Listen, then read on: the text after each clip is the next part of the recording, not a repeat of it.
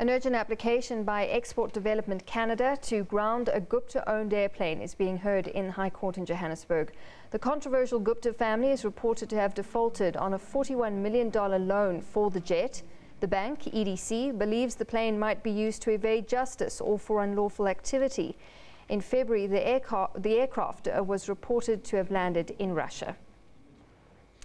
Well, our Chriselda Lewis is following proceedings for us in court. We go to her now for a bit more on this. Chriselda, good afternoon.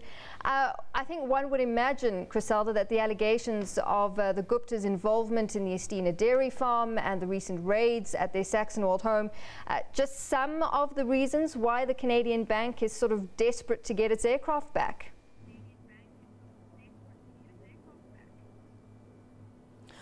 Well, that's right, Natasha. First of all, the presiding judge would need to rule on whether this is an urgent matter.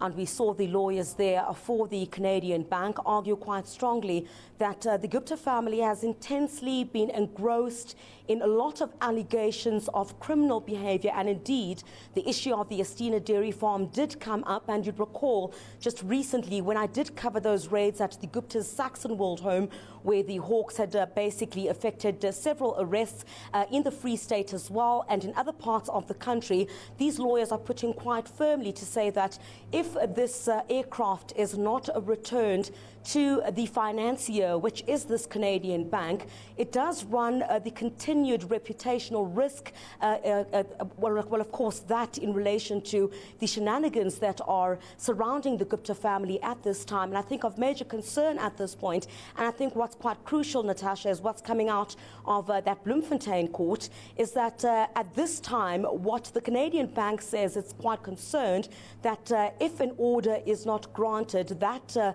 this aircraft be grounded, it does run the risk of being seized by the assets forfeiture unit, as we saw in this particular case in Bloemfontein that you referred to just earlier, where Atul Gupta, basically the assets forfeiture unit was going after 10 million rand, which it had believed were the proceeds of crime in relation to the allegations of corruption in the Estina dairy farm scandal. But I think what's quite crucial here as well, Natasha, is that what these lawyers for the bank are also articulating to, they claim that there are several breaches that were made in the contract by the Gupta brothers after they'd signed the loan agreement with the Canadian bank, saying one of those issues relates to the fact that Oak Bay Investments, which is one of the Gupta-linked companies, did not provide audited annual financial statements to the bank as was agreed upon,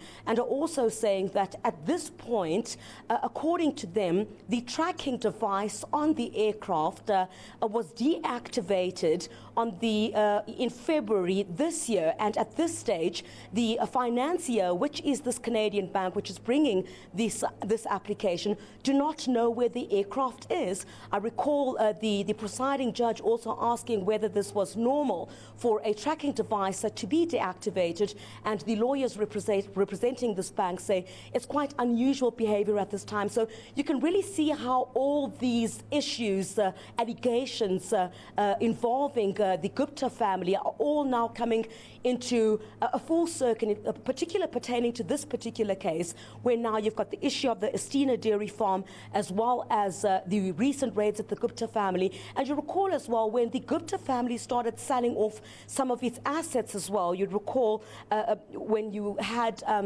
the Tegeta issue that was also at the center of public scrutiny surrounding the Gupta family. That was one of the agreements that were reached by this financier, which is the Canadian bank, and the Gupta family as well. Them basically saying that just even the threat of the Gupta family wanting to sell off some of their assets does give a clear indication to them that their financial situation or circumstances would otherwise have changed changed. They're saying that every single moment that the Gupta family does have that aeroplane in their possession does certainly provide a massive risk to them as the financier. And speaking about the reputational risk as well there, Natasha, saying that the current scandals involving the Gupta family is not good for them to do business. So those are some of the key issues that they certainly did bring to the fore in arguing for this court to rule in their favour.